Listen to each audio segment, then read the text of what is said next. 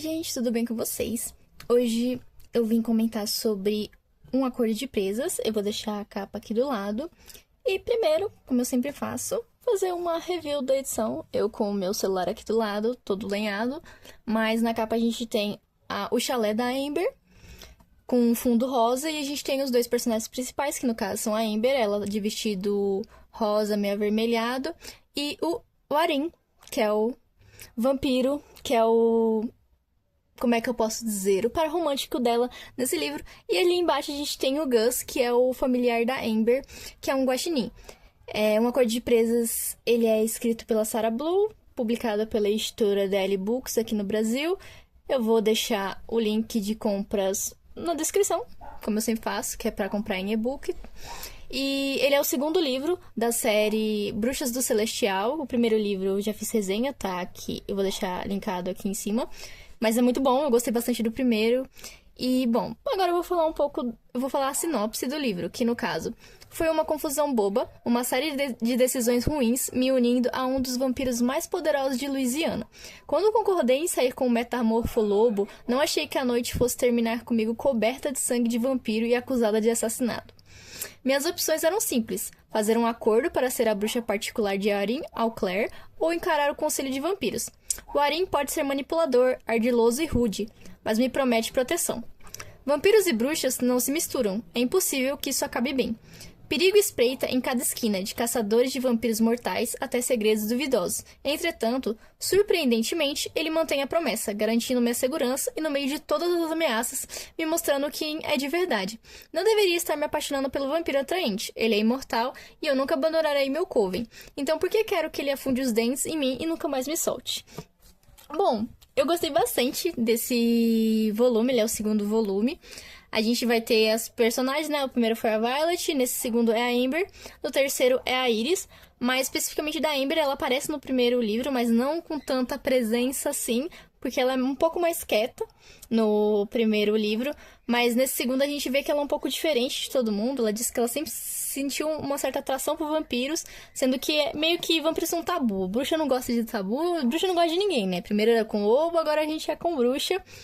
Mas bom, a gente começa já o livro meio que no aniversário de 21 anos da Amber, quando ela decide ir sozinha, sem contar pra ninguém, em meio que um bar, bem longe de onde ela mora, que tem vampiros, um bar especificamente pra vampiros. Ela entra nesse bar e meio que uma jovem menina entra lá e fala assim: nossa, você por aqui, vamos entrar. Ela acha essa menina bem bonita e ela convida essa menina, e ela convida a Amber para entrar dentro do bar. Ela se apresenta como Samantha, que ela vai levar a Amber pro pai dela, né?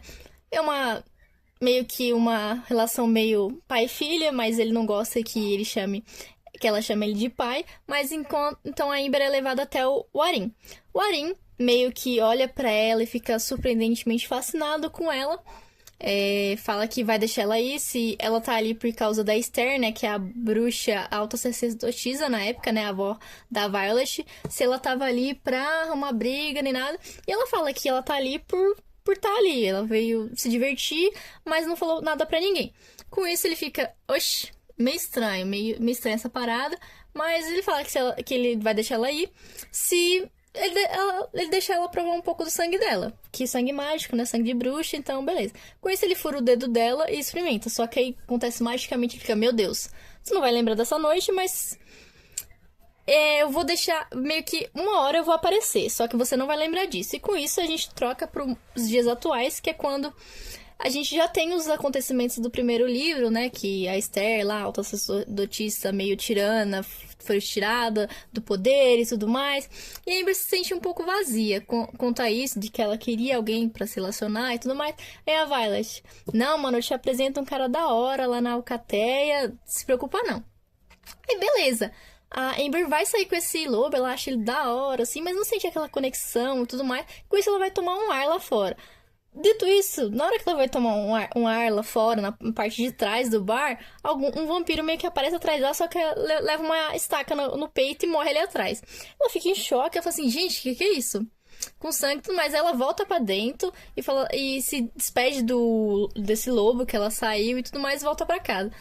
O Gus fica meio assim: eita, Que é isso? O Gus é o familiar dela. Eu achei muito interessante que dentro desse volume a gente tem uma presença a mais dos familiares, aparecendo mais das bruxas conversando mais com seus familiares. No caso, especificamente da Amber com o Gus. O Gus aparece muito mais, tem até capítulos do Gus, só dele, pensando como ele age. A gente também tem do familiar, um familiar do Warin, né? No caso, que é a Beth, que é um morcego.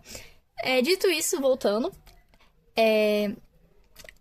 ela vai pra casa, só que aí chegam meio que... O Warin chega lá porque ele já sabendo que meio que mataram. Tem um caçador de vampiros na cidade que tá matando vampiros. E com isso, pra não meio que atribuir a culpa a Amber, ele meio que fala assim, não, eu te trago pra minha casa. Meio que foi um sequestro meio no sequestro, mas que, ó, eu te dou proteção contra o Conselho dos Vampiros se você me ajudar. Mas esse se ajudar era mais pra ela ficar ali durante algum tempo pra ela gostar dele.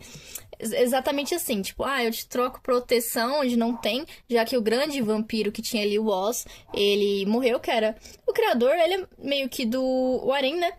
Eles têm um vínculo e tudo mais, mas ele meio que morreu. Então, ele meio que comandava ali aquelas bandas por um tempo. Então, meio que vai funcionar essa dinâmica. Ela não gosta muito do Warin, porque ele é meio manipulador, ardiloso e tudo mais. Mas eles fazem o pacto. Então, em troca, ele dá grimórios de uma bruxa antiga pra ela estudar feitiços para se proteger de vampiros. Sim, aí ela fica meio... assim, oxi, me dando coisas pra me proteger de um vampiro, sendo ele um vampiro. Meio estranho.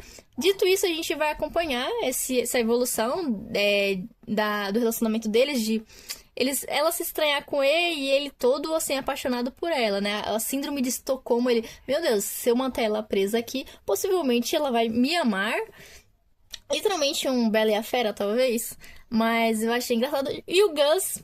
Gente, eu achei o Gus muito parecido com o Cartman. Tem um trecho do livro, que eu vou botar aí, que ele fica meio que revoltado. Ele fica, mano, onde você tava? Meu, porque os vampiros foram lá na casa da Amber e levaram ela pra onde o Warin mora. Então ele ficou assim, mano, onde você tava? Meu Deus, eles vão matar a gente, que não sei o quê. Eu lembrei do Cartman porque ele fala muito palavrão. Mas ele é tipo uma criança grande. O Gus, ele sempre tá jogando ou assistindo filmes. Tem uma cena também que ele tá jogando no Nintendo Switch. E eu achei isso engraçado demais. Mas eu acho muito bonitinho como ele e a Amber se dão bem. Tipo, como se fosse uma mãe e um filho. Porque ele é literalmente uma criança grande que só sabe comer e assistir filme. Aí tem passagens do livro que ele tá assistindo Os Incríveis ou outros filmes, assim, infantis. Eu acho muito bonitinho. E ele se acomoda nessa vida luxuosa que é a casa do Warin, porque ele é rico. Vampiros são ricos. Imaginavelmente, vampiros são ricos, né? Do que adianta ser imortal se você não é rico? Ser um vampiro pobre também não é uma opção muito boa de se ver.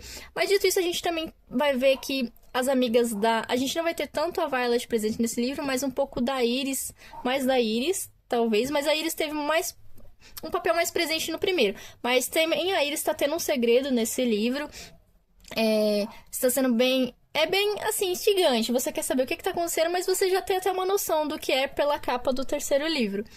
Mas a gente também vai ver o Conselho dos Vampiros indo lá pra casa do Warin, vendo o que tá acontecendo, por que esse caçador tá ali.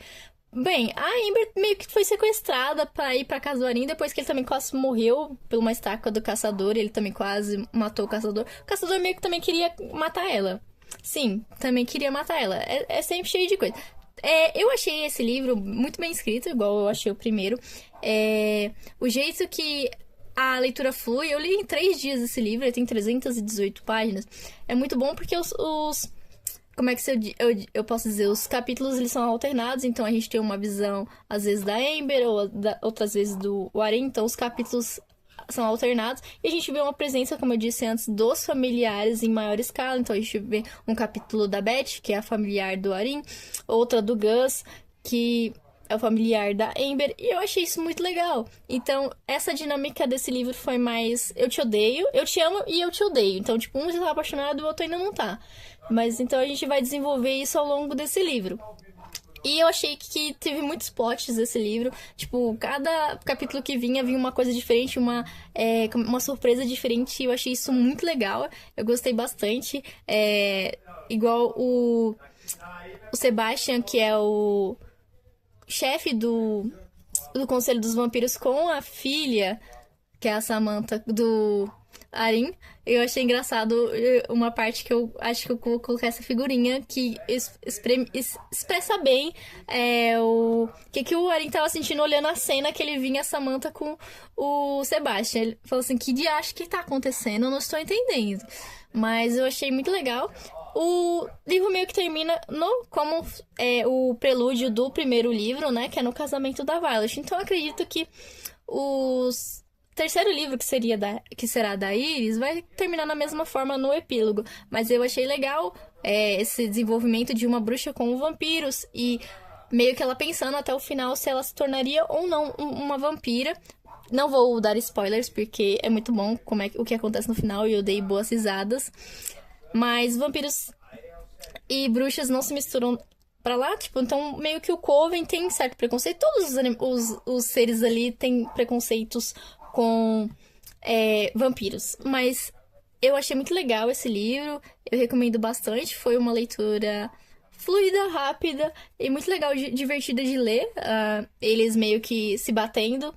Eu achei uma cena também engraçada da Amber jogando um globo de neve na cara dele e quebrando o nariz dele. Sim, mas é muito legal ver também o desenvolvimento que ele deu pra ela, tipo, dela se sentir melhor consigo mesma, de melhorar a autoestima dela, de que ela pode sim ser uma bruxa melhor, uma bruxa forte, já que as outras pessoas do coven dela desacreditam dela, como a avó dela meio preconceituosa e a mãe que não faz nada. Mas eu achei bem legal. Foi bem dinâmico essa leitura. Não sei se foi tão boa quanto o primeiro, mas eu também achei muito legal, muito boa a leitura do segundo. Mas é isso que eu tenho pra falar pra vocês do segundo volume. Foi uma leitura muito boa, muito legal. Eu recomendo bastante vocês lerem. Mas é isso, gente, o vídeo de hoje. Eu espero que vocês tenham gostado. Se gostaram, curtam, comentem, compartilhem, se inscrevam e até!